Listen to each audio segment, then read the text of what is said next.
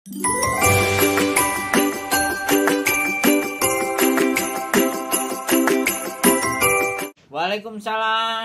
warahmatullahi wabarakatuh. Berjumpa lagi bersama saya Wong Ganteng Sakdonya. Mohon untuk tidak disebutkan nama siapapun dan identitas apapun, karena ini saya rekam nanti masuk ke konten YouTube. Bagaimana, ada yang bisa saya bianting Mbak atau bantu?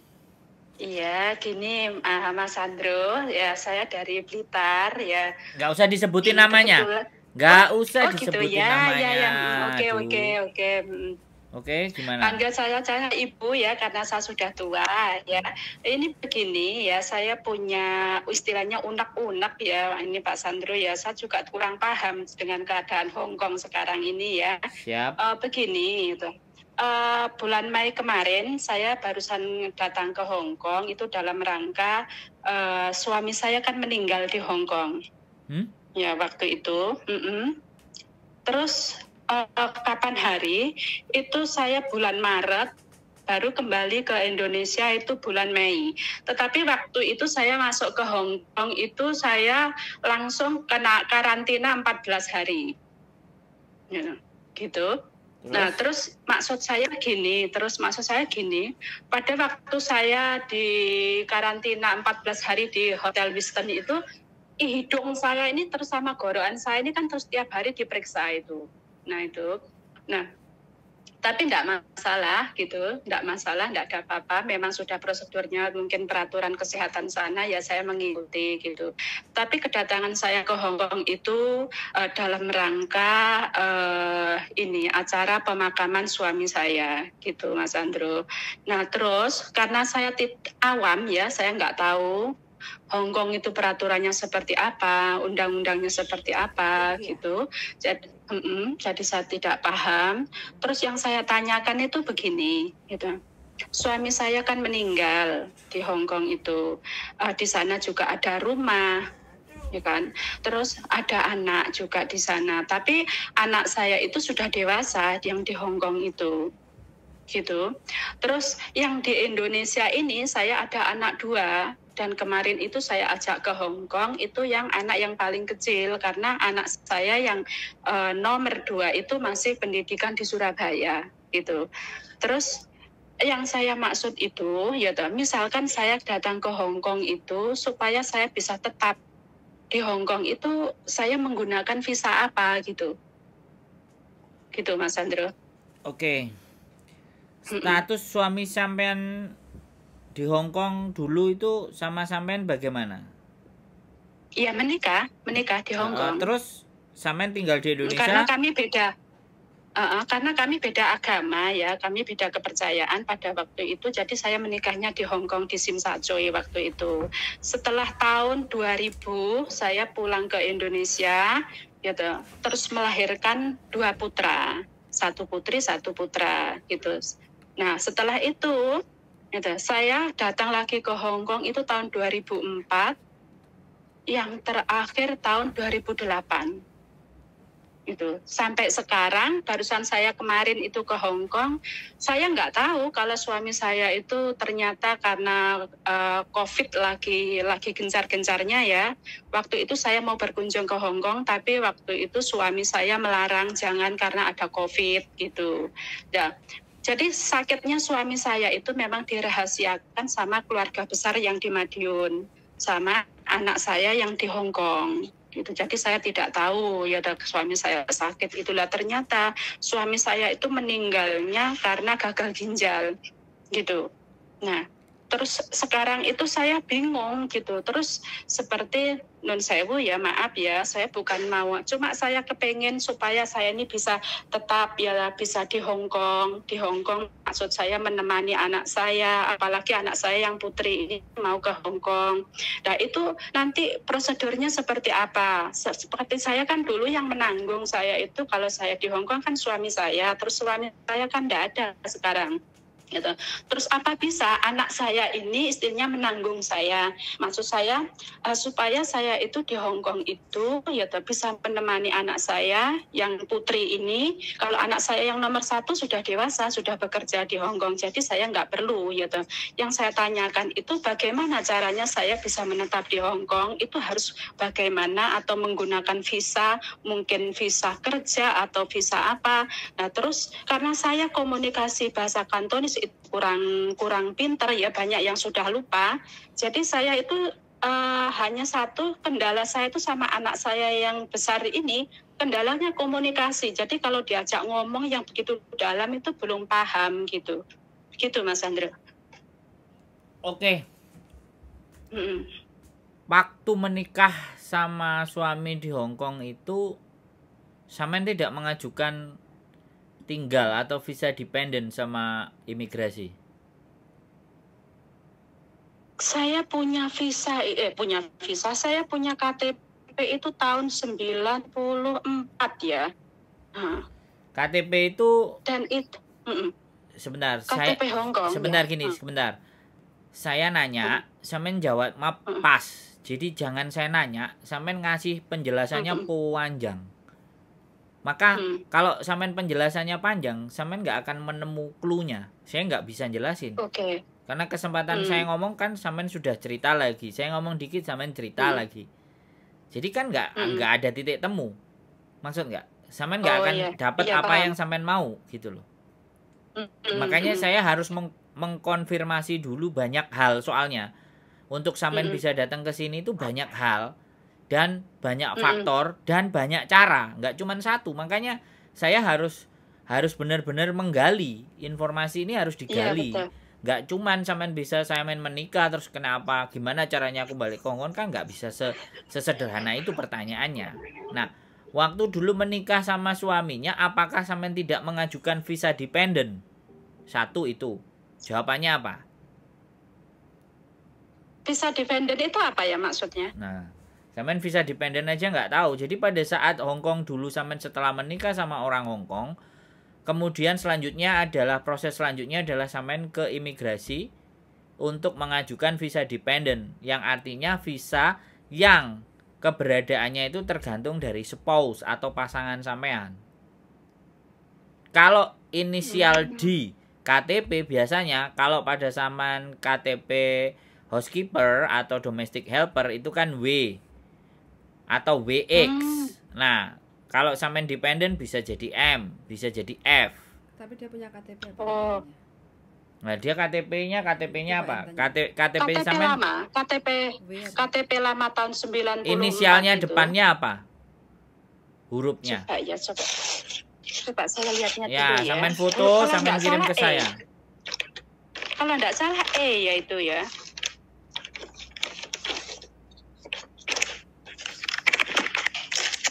Oke, nanti sampean foto. Yang pertama status KTP-nya sampean itu 1. Ya. Terus yang kedua, sampean waktu setelah menikah terus memutuskan untuk pulang ke Indonesia itu sudah berapa tahun? Artinya pisah kan? Halo? Ya, P. Apa? P. Oke, kalau P ini sudah lumayan. Sudah jadi KTP-nya. Oke. Nah, sampean meninggalkan Hong Kong sudah berapa tahun? Sejak tahun 2000. Wah. Terus nggak pernah balik-balik ke Hong Kong lagi? Nggak pernah. Saya dari terakhir kemarin itu saya di Hong Kong waktu suami saya meninggal kemarin, barusan Maret kemarin itu. Jawabannya singkat aja. Karena kita mau gali data. Berarti sampean dari 2000 itu sudah nggak pernah lagi ke Hong Kong, oke? Nggak pernah. Nggak pernah. Tapi status KTP sampean P. Terus status komunikasi dengan anak atau status pernikahan dengan suami sampean bagaimana? Kan sudah hampir pisah sekian lama. Iya, sah. Tetap pernikahan saya tetap sah. Berarti tidak ada perceraian ya? Tidak ada laporan perceraian ya? Tidak ada. Oke. Jadi itu saya belum bisa memastikan antara sampean nanti bisa stay di sini atau tidak ya. Tapi kunci utamanya adalah sama anak yang sudah dewasa itu. Oh iya. Jadi sampean harus berkomunikasi sama dia, meminta dia untuk berkirim surat atau bersurat bahwa ingin meminta sampean untuk tinggal di Hong Kong atau apply. Gitu. Kita tanya apply sebagai orang tua dia yang bisa menguatkan itu bahwa sampean itu statusnya memang ibunya mereka yang bisa yang bisa sebentar aku ngomong dulu Bu, jangan dipotong dulu. Yang bisa mengusahakan adalah anak sampean karena status dia sudah permanen. Karena bagaimanapun sampean datang ke sini kan pasti rumah tempat tinggalnya akan ke tempatnya siapa, ya kan itu. Terus terus siapa yang menggaransi dan menjamin walaupun KTP sampean sudah P tapi sampean sudah hampir 20 tahun ya kalau kita bilang, kalau sekarang 2023 ya hampir 23 tahun lah sampean nggak datang ke Hong Kong lagi. Waktu kemarin ke Hong Kong berarti dikasih visa turis. Nah, waktu kemarin di Hong Kong sampean dikasih visa apa? Visa apa itu? Visa yang 30 hari itu terus gitu diperpanjang. Ya, berarti visa turis. Berarti kalau dikasih visa turis, KTP sampean sudah nggak berlaku karena sampean dikasih visa turis. Nah, yang bisa ngurus anak sampean yang barep, yang dewasa itu yang sudah statusnya permanen. Nah, sampean dianggap sebagai ibu kandungnya. Ada aktenya toh?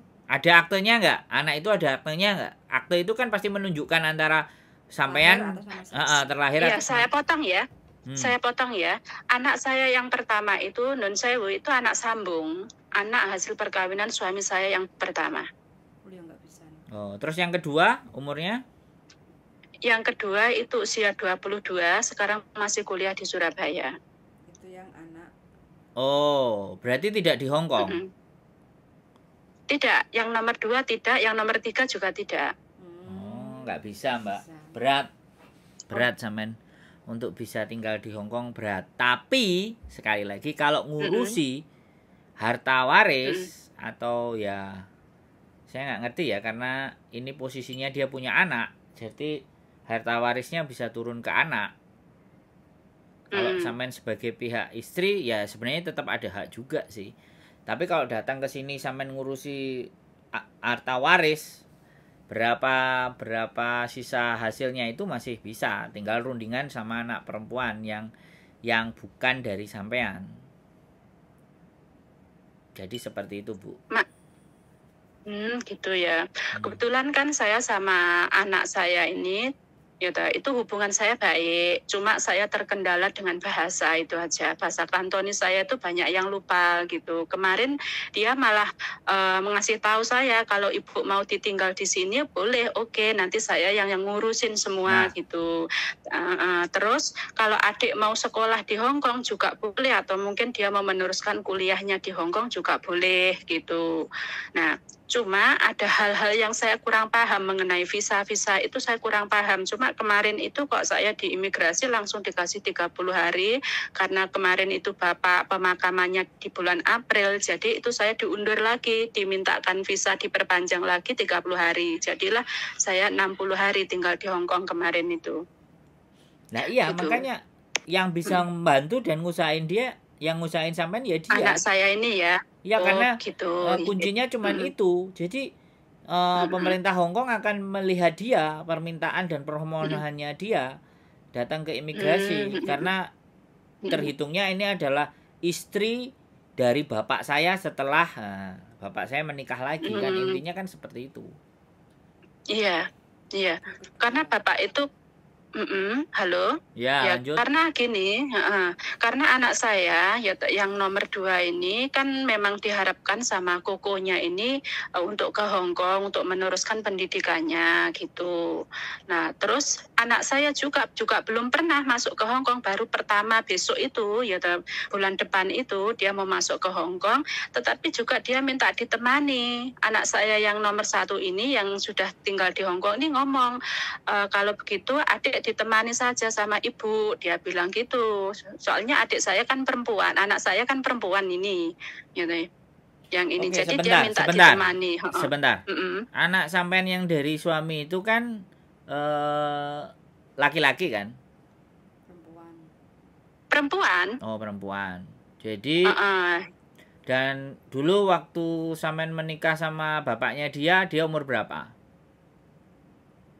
Anak saya ini, anak sambung saya. Usianya pada waktu ini 17 tahun. Oh, berarti udah sangat dewasa ya berarti. Berarti sudah tahu kalau sama ibu sambungnya. Ya. Jadi yang bisa yang bisa memperjuangkan cuma dia.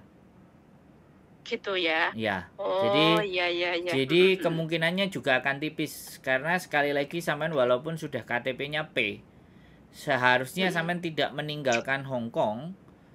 Durasi waktu 1 tahun. Pokoknya 3 tahun tuh harus balik, entah 1 minggu atau 3 tahun dalam kurun waktu 3 tahun sampean itu harus ada tinggal di Hong Kong supaya KTP sampean masih berlaku. Tinggalnya nggak hangus. Oh gitu, pantesan waktu di imigrasi itu saya ditanya, ya toh Ibu sudah cukup 7 tahun belum di Hong Kong? Terus kemarin itu dihitung-hitung, saya hanya mencapai 6 tahun lebih 3 bulan, dihitung-hitung keseluruhan itu sejak tahun 94 sampai 98, itu dihitung sama dia, terus gitu saya pulang ke Indonesia. Setelah itu saya meninggalkan Indonesia tuh tahun 2000, alasan saya karena saya melahirkan anak, terus gitu saya ngurus orang tua saya yang sedang sakit. Sampai akhirnya orang tua saya sudah meninggal itu. Dan sekarang itu anak saya mengharapkan kalau mami pengen pulang ke Hong Kong sama adik, ya boleh nanti saya urusnya. Coba saya ini bingung, kalau saya tinggal di Hong Kong itu nanti saya izinnya seperti apa ya. Maksud saya yang menanggung itu jelas anak, ya anak sambung saya ya. Cuma yang saya nggak paham itu, saya tinggal di Hong Kong itu dengan apa ya, visa apa gitu. Saya kan takut gitu. Saya takutnya kalau saya kan mengikuti YouTube-nya Mas Sandro ini ya, jadi saya oh ternyata seperti ini ya, kalau kita ke Hong Kong tuh ada maksudnya ada aturannya gitu loh. Saya takut kalau nanti overstay atau gimana gitu. Makanya saya ingin menggali seperti apa sih gitu. Jadi saya nggak ada maksud lain kalau saya mau ke Hong Kong itu, hanya saya disuruh menemani anak saya yang perempuan mau sekolah di Hong Kong itu gitu. Dan itu nanti gimana gitu maksud saya gitu. Soalnya saya mau bicara lebih dalam itu, saya keterbatasan dengan komunikasi dengan anak saya. Anak saya tuh saya Inggrisnya juga nggak begitu pintar, dia bisa tapi nggak begitu pintar. Kantonisnya itu kalau yang mendalam saya juga belum bisa memahami. Ya sampean mau nggak mau harus begitu. Antara bahasa Kantonis atau bahasa Inggris untuk bisa berkomunikasi sama dia. Kalau sampean enggak ya cari infonya ke imigrasi. Kalau sampean dulu hitungannya sebenarnya KTP itu kalau sampean sudah bisa dapat 7 tahun fix, kemudian dapat permanen, nah baru bisa dihitung bahwa sampean 3 tahun tidak meninggalkan Hong Kong, permanen sampean akan jalan terus. Tapi sekarang sudah hampir 20, permanen sampean juga sudah nggak dianggap, sudah selesai. Buktinya sampean datang ke sini itu sudah pakai visa turis 30, berarti sampean sudah dianggap juga tidak memperdulikan atas administrasi yang ada nempel di dalam KTP sampean, kan seperti itu artinya. Oh iya. Karena memang ya kembali lagi kewarganegaraan sampean kan Indonesia. Iya. Jadi di Hong Kong itu boleh kewarganegaraannya mana saja, tapi selama dia kerja di Hong Kong selama 7 tahun berturut-turut, ya kan, ada perusahaan yang mau nanggung dan menjamin serta bayar pajak, ya 7 tahun bisa dapat permanen. Tapi pekerjaannya profesional ya, bukan domestic helper. Kalau domestic helper di bawah tahun 97 itu ada yang dapat KTP. Karena sebelum 97 kan masih dipegang sama Inggris. Setelah 97 kan diserahkan ke pemerintah Cina. Artinya kebijakan berubah gitu. Jadinya gitu sampean hitungannya kalau ke sini ya tetap turis. Kalau sampean mau tinggal datang di sini ya maksimal ya di 30 hari. Setelah itu pulang lagi. Gitu. Misalkan seperti anak saya itu nanti gimana Mas Sandro? Saya. Anak sampean yang mana nih? Yang perempuan ini. Yang nggak apa-apa. Yang sekarang di Indonesia. Berapa? Usianya sudah 22. 22 sudah nggak bisa dapat permanen. Kalau dia masih di bawah 17, ada darah bapaknya, tapi dia di Hong Kong, maka kemungkinan dapat permanen juga bisa. Sekolah. Mungkin anak. Jadi bisa mungkin anak saya yang laki ini mungkin ya berapa? Mungkin bisa karena dia usianya 18. Lewat, sudah lewat semua itu. Sudah lewat. Iya, nggak bisa. Jadi intinya kalau kita mau berkunjung ke Hong Kong hanya bisa menggunakan visa turis ya berarti? Yang pertama bisa visa turis. Yang kedua, apakah anak sampean yang perempuan itu mengusahakan datang ke imigrasi? Tapi kemungkinannya menurut saya tipis. Anaknya yang sambung itu cowok. Sebentar. Anak sampean itu perempuan. Anak sambung sampean itu cowok. Laki apa cowok? Nah, ya cowok. Ya sudah itu. Karena ibaratnya sampean itu mengabaikan. Sampean sudah mengabaikan beberapa peraturan-peraturan yang ada di Hong Kong. Izin tinggal, peraturan tentang izin tinggal, bukan, sekali lagi sampean bukan melanggar ya, saya bilang bukan melanggar tapi mengabaikan. Jadi sampean menganggap bahwasanya ya sudah, aku nggak terlalu butuh-butuh dengan KTP gitu loh Mbak, paham nggak? Sebenarnya saya tidak mengabaikan ya, semua itu kan sebentar, saya potong. Kalau sampean tidak mengabaikan, harusnya sampean kembali. Entah alasan apa sampean nggak kembali, saya nganggapnya mengabaikan. Jadi sampean jangan, saya nggak ngerti permasalahan pribadi sampean dengan suami ya. Saya tidak akan mengungkit itu. Tapi ketika sampean sudah mendapatkan KTP P, ya kan? Tapi harusnya sampean tahu peraturannya bahwa 7 tahun ketika sampean bisa komplit maka akan ajukan tanda tangan. Karena tanda tangannya adalah tahun pertama, tahun ketiga, dan tahun ke-7. 133. Jadi ketika tanda tangan ini sudah permanen, maka ketika sampean meninggalkan dalam kurun waktu lebih dari 3 tahun dan nggak balik ke Hong Kong, itu artinya mengabaikan. Oh begitu ya. Ya, jadi mungkin maksud hati sampean tidak ingin mengabaikan, tapi kejadian yang terjadi itu dianggap dengan imigrasi sampean mengabaikan. Oh iya ya, saya baru paham sekarang. Iya iya. Ceritanya begitu Bu. Oh iya. Jadi ya itu tadi ya Mas Sandro ya, jalan satu-satunya hanya bisa untuk sementara ini kita pasti misalkan anak saya sambung ini mengusahakan gitu ya, kemungkinan bisa enggak ya? Kecil ya. Sangat kecil. Tidak. Kalau menurut saya ya, logika saya berpikir ya kan, karena hubungan sampean dari dia kan anak sambung, bukan ibu kandung. Iya. Persoalannya di situ. Tetapi kalau ada wasiat, nah ini beda lagi. Ada wasiat dari bapaknya bahwa sampean mempunyai kepemilikan terhadap aset dari bapaknya, itu kemungkinan sampean masih bisa. Misalnya, sebentar, saya ngomong dulu. Misalnya punya rumah dan disampaikan ke anaknya, ini wasiat, dia tulis wasiat ke anak sambungnya bahwa ini nanti punyanya adik-adikmu atau punyanya ibu sambungnya. Nah, kalau ada keterangan itu, nah itu masih bisa, masih sangat memungkinkan karena ada aset. Nah, itu ada aset baru, memungkinkan bisa. Nah, seperti itu. Nah, kalau sampean berharap untuk tinggal jauh lebih lama, sebenarnya kalau sampean berat. Tapi kalau si yang sekolah, yang mau sekolah di Hong Kong misalnya, itu bisa, tapi udah jalur tidak dari family. Jadi dia sekolah di Hong Kong. Nah, kalau sekolah terus dia ternyata bisa kerja dan tidak melanggar aturan, nah, sampai sekitar 7 tahun, 8 tahun, 9 tahun bisa ajukan ke imigrasi. Karena dia sudah tinggal lebih dari 7 tahun dan dia menuntut ilmu. Oh gitu. Nah, itu kemungkinan buat anaknya sampean yang 2 tadi, yang umur 18 sampai 22. Tapi dapatnya dari visa sekolah gitu loh. Oh gitu. Iya. Terus ini masalah aset ya. Masalah aset, kemarin itu saya dimintai tanda tangan karena dulu yang mengajukan yang beli rumah itu saya sama suami gitu. Tapi saya, nah itu terus saya juga nggak ngurus ya. Cuma kemarin itu saya dimintai tanda tangan, juga saya nggak begitu paham ya. Gitu. Dia tanya, gitu.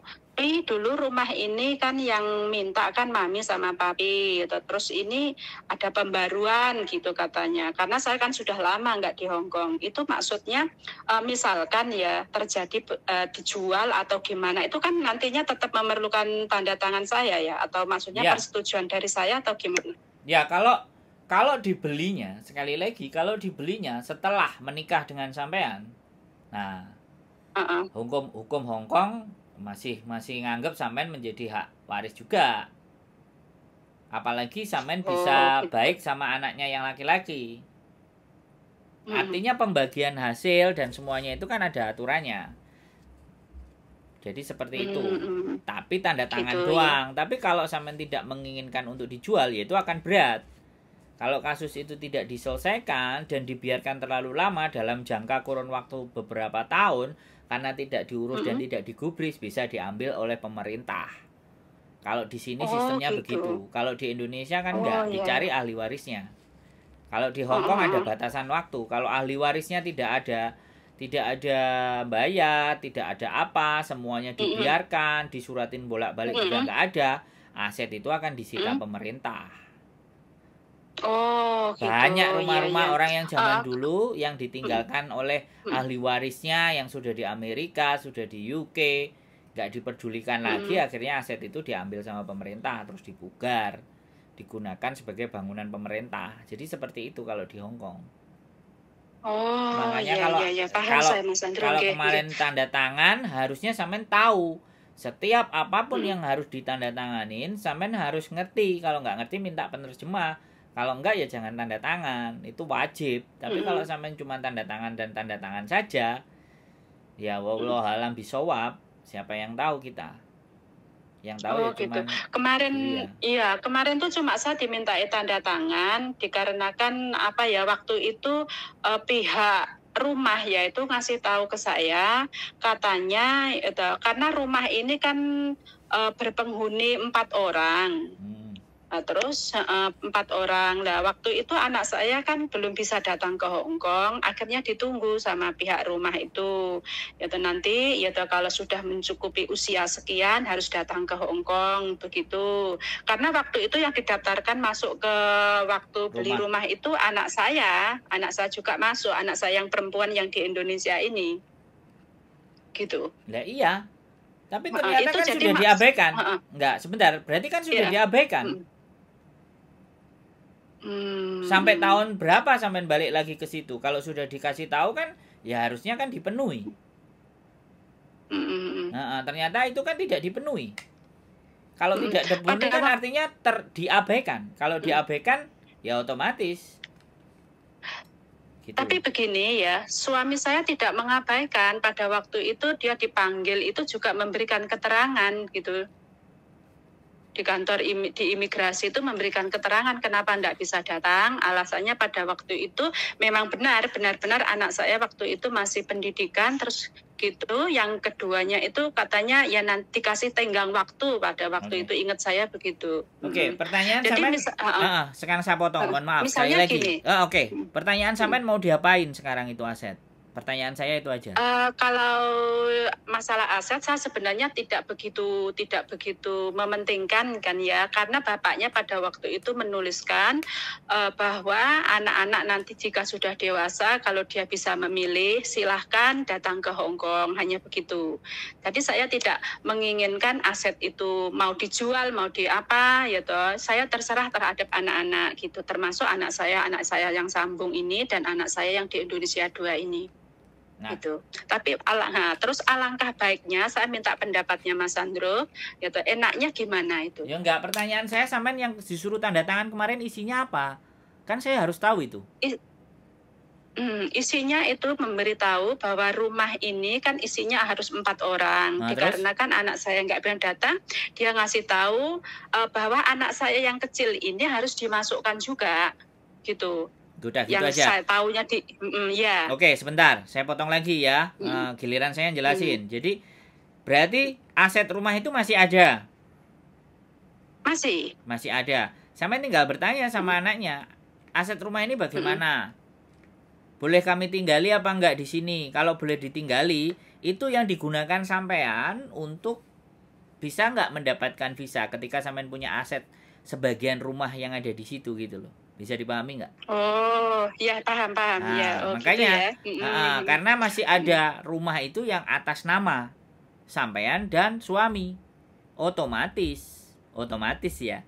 Itu bisa membuat sampean bisa dapat ibaratnya untuk visa tinggal karena ada aset rumah. Itu. Iya. Makanya itu ngurusnya juga ke pemerintah, ke bagian perumahan. Oh iya. Bagian perumahan dan pemerintah. Nanti kan di cross check gitu loh. Pengajuan sampean apakah benar sampean ini mengajukan itu karena sampean punya aset rumah. Kalau setahu saya misalnya ini saya dari Indonesia, ya orang Indonesia, saya beli rumah di Hong Kong, maka kemungkinan saya untuk bisa dapat visa masih bisa dapat karena saya punya aset. Dan rumah itu pasti akan dibayarkan pajaknya, apanya, listriknya, apa semuanya. Itu kan pasti ada bukti-buktinya semuanya. Ada. Nah, kalau ada bukti-buktinya itu semua dan masih jalan, masih memungkinkan sampean untuk bisa dapat visa tinggal. Yang artinya bukan sebagai pekerja, tapi sebagai pemilik aset gitu loh. Oh iya. Terima kasih sekali Mas Andro ya penjelasannya ya. Okay. Jadi intinya saya harus intens komunikasi dengan anak saya yang sambung ini ya berarti ya. Sambil menanyakan lembaga yang mengurusi tentang perumahan itu bagaimana. Kalau memang ternyata yang berkirim surat di situ tentang pajak air ternyata masih nama suami sampean, sedangkan suami sampean kan meninggal, harus dirubah kan? Karena orang yang sudah meninggal itu kan tidak bisa disurati lagi. Iya. Nah, akhirnya terus kan misalkan sebentar kan? Iya. Ini rumah pemerintah apa rumah pribadi? Nah, pertanyaan saya lagi nih, rumah itu rumah yang dibeli suami sampean atau rumah pemerintah? Kalau itu ada dua. Nggak bisa dua. Maksudnya ada dua gimana? Yang satu itu rumah pemerintah, yang satu rumah beli sendiri itu yang di Dunmun itu. Nah, sekarang itu siapa yang ninggalin yang rumah beli sendiri? Itu anak saya. Nah, yang di Dunmun. Nah, kalau rumah sama sampean tinggalnya di rumah pemerintah apa rumah yang di Dunmun? Waktu menikah itu saya tinggal di Dunmun, ya, yang di rumah saya beli itu. Setelah saya pulang ke Indonesia, ya, itu atas kemauan suami saya, karena suami saya waktu itu ngasih tahu saya, rumah yang di Dunmun itu kan besar. Nah, katanya biar diurus anak saya, soalnya saya sudah nggak bekerja, jadi saya mau tinggal rumah yang di mana itu, di Samsuipo itu. Oh, berarti itu. Kalau rumah pemerintah balik ke pemerintah, kalau rumah di Dunmun ya tinggal anak sampean. Aku tahu. Oh, gitu ya. Apa? Karena dia sudah cerai, jadi rumah yang di Dunmun itu dikasihkan ke anaknya. Nah, karena terus menikah sama mbaknya ini, terus dia keluar orang, terus ambil rumah pemerintah, baru dikasih sama pemerintah baru di-approve. Jadi yang di Dunmun itu sudah jadi haknya anaknya, ya sampean nggak bisa. Nah, tapi yang di Dunmun itu dulu belinya saya sama suami. Nah iya, kan gini.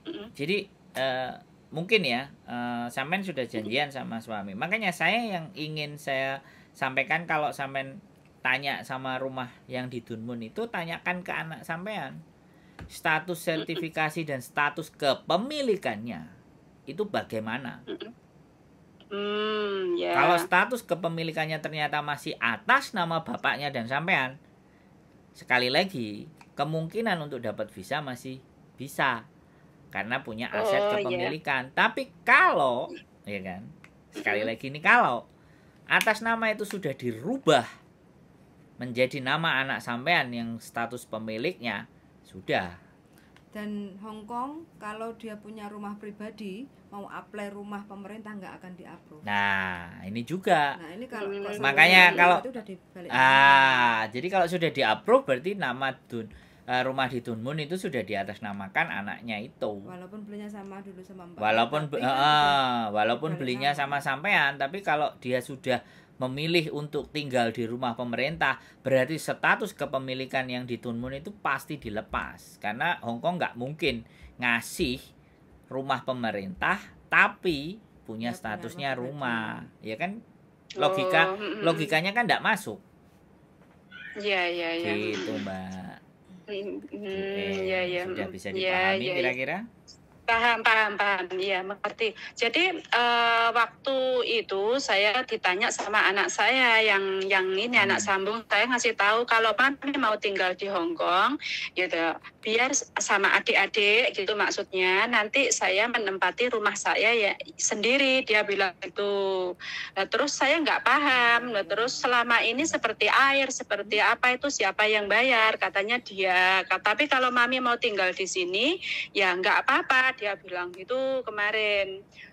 Memang saya nggak pernah menanyakan, nggak pernah saya. Nah, gitu, iya. Mas Andro. Makanya untuk lebih jelasnya kan status kepemilikannya.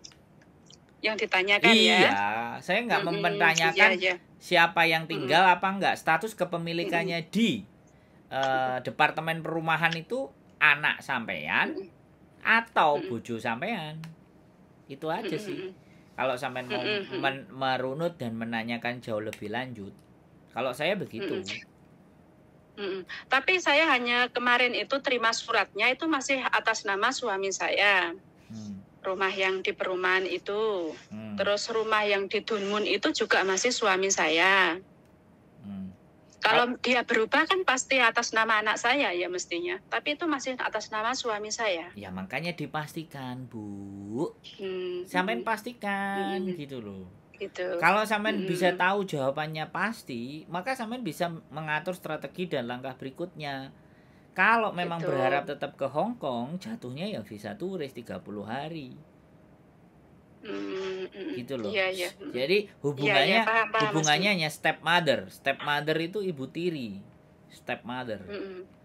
Jadi seperti itu ceritanya. Makanya berkomunikasinya sama anaknya yang cowok. Coba deh kamu buka, kamu lihat kira-kira status rumah itu apakah sudah kepemilikannya jatuh ke tempatmu atau tetap nama bapakmu atau saya gitu loh. Karena kalau misalnya kamu membantu saya untuk mendapatkan visa, status kepemilikan rumah itu sebaiknya bisa ada nama saya gitu loh. Kalau ada namanya sampean ya kemungkinan status visa itu bisa karena ada kepemilikan aset. Jadi sebenarnya visa itu ada kalau di Hong Kong ya setahu saya ya, saya nggak tahu pasti ya, setahu saya itu ada 12 jenis. Ada 12 macam. Jadi menikah. Jenis visa itu. Apa? Jenis visa. KTP. Asal mula KTP.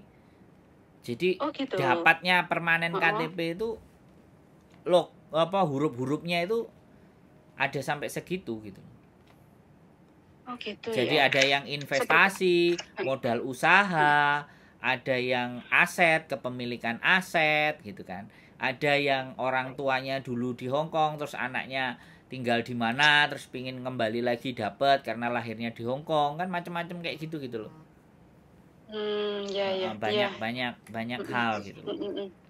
Iya. Terima kasih Mas Andro ya atas penjelasannya dan arahannya. Terima kasih. Tapi sekali lagi saya disclaimer, Bu, apa yang saya sampaikan itu belum tentu 100% benar, ya.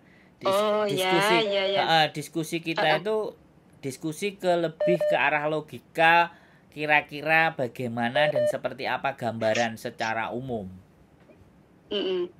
Kalau peraturan resminya pasti ke imigrasi.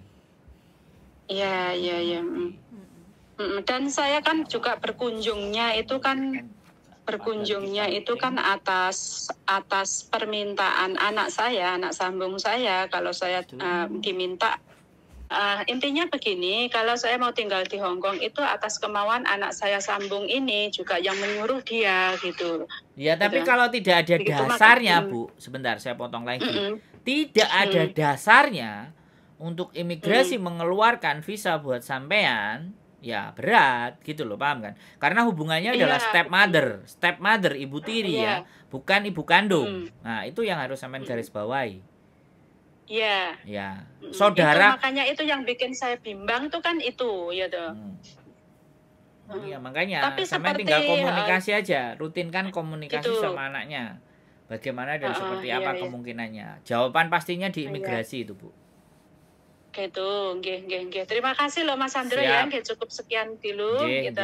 Nanti misalkan ada apa-apa bisa saya sambung kembali, misalkan ada yang kurang paham datang jenengan. Nggih, terima kasih nggih. Salam buat Mbak Yuni ya ini, Mbak Yuni ya di sebelah. Mbak Yuli. Oke. Makasih Mbak Yuli dan Mas Sandro nggih. Semoga sehat selalu, banyak rezeki nggih. Sekian nggih. Assalamualaikum. Waalaikumsalam warahmatullahi wabarakatuh. Wes, nah ngomong. Wes nggak enek. Oke? Gitu aja teman-teman. Jadi ketika peraturan itu terabaikan. Nah, ini nggak mengabaikan tapi terabaikan. Ya dengan sendirinya akan hilang. Yaitulah Hong Kong. Nah, Hong Kong itu tipikalnya adalah nggak makso. Dikirimi surat sekali nggak bisa, dikirimi surat 2 kali nggak bisa, dikirimi surat 3 kali nggak bisa, berarti kita sudah memutuskan tidak penting dan tidak perlu. Tapi kalau itu kriminal, sekali, 2 kali, 3 kali ya ditangkap. Kalau kriminal. Tapi kalau bukan kriminal, administratif ya begini. Denda pun nggak dibayar, sudah dikirimi 3 kali. Giliran nanti ngurusin apa-apa sama pemerintah, catatan itu akan keluar, suruh nyelesain denda-dendanya semuanya. Itulah Hong Kong, tertib administrasinya. Jadi jangan bermain-main dengan administrasi Hong Kong. Oke, itu saja dari saya. Kamu nggak ada yang kamu omongin? Selesai? Pokoknya yang udah menikah, pokoknya jangan lupa batas izinnya. Walaupun kita sudah menikah di Hong Kong, belum tentu KTP kita atau izin tinggal kita itu selamanya. Jadi kalau pertama kali menikah, jadi dalam waktu 1 tahun, jangan lebih dari 1 tahun meninggalkan Hong Kong. Terus apalagi visa, jangan lebih dari 3 tahun. Kalau udah permanen, jangan lebih dari 3 tahun. Jadi kalau kita udah di Indonesia mungkin 2,5 tahun, terus habis itu balik ke Hong Kong, entah itu 1 bulan, balik lagi mulai ke Indonesia, nggak ada masalah. Tapi gitu. Saya kemarin sudah 7 bulan, dan itu nggak penting buat saya. Mau dapat KTP, mau enggak, mau apa, nggak ada masalah buat saya. Jadi sekali lagi ya jangan sampai kayak ibunya tadi. Ya, jadi itu Anda menyesal, ya kan? Selepas suaminya meninggal baru berkeinginan. Nah, setelah suaminya meninggal baru berpikir lagi kan? Ingin tinggal menetap di Hong Kong. Nah, itu sudah selesai. Jadi Sebelum kalau sudah memutuskan untuk cabut ya jangan balik-balik lagi. Makanya kalau sudah maju ke depan jangan nengok ke belakang. Kalau ada suaminya di Hong Kong masih bisa dan komunikasi masih baik sih, masih bisa untuk diurus kayak gitu kan, prosesnya untuk tinggal lagi di Hong Kong gitu. Tapi sekarang udah suaminya nggak ada, jadi yang ada cuma anak sambung atau anak dari mantan istri pertamanya kayak gitu. Oke, sangat stay tune my YouTube channel and see you next video. Bye bye.